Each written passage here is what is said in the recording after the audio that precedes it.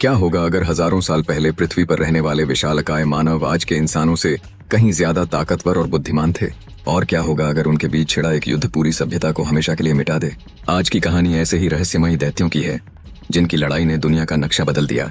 बहुत समय पहले पृथ्वी पर विशालकाय मानवों की एक जाति रहती थी। उनका कद सामान्य इंसानों से कई गुना बड़ा था।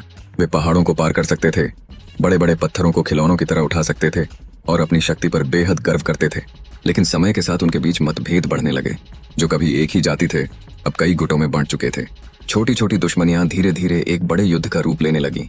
फिर एक दिन ऐसा आया जब दोनों पक्ष आमने सामने खड़े हो गए। धरती कांप उठी, आसमान युद्ध के नारों से गूंजने लगा। हजारों विशालकाय योद्धा अपने हथियार लेकर मैदान में उतर आए। युद्ध शुरू होते ही चारों ओर तबाही मच गई। विशाल कुल्हाड़ियां चलने लगीं, भारी हथौड़े पहाड़ों को तोड़ने लगे। जो भी सामने आता युद्ध की आग में जल जाता। लाखों लोग इस संघर्ष की चपेट में आ गए। लेकिन यह तो केवल शुरुआत थी। समय बीतने के साथ इन दैत्यों ने और भी खतरनाक हथियार बना लिए।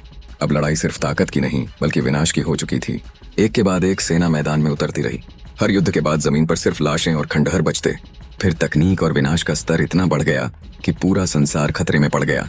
आसमान में युद्धक विमान उड़ने लगे, मिसाइलें दागी जाने लगी, शहरों पर आग बरसने लगी।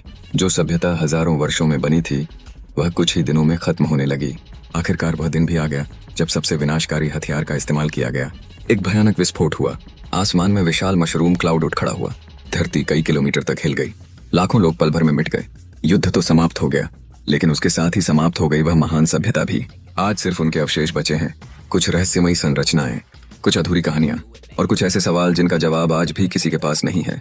क्या सचमुच कभी पृथ्वी पर ऐसे विशालकाय मानव रहते थे, या फिर यह केवल एक भूला हुआ रहस्य है?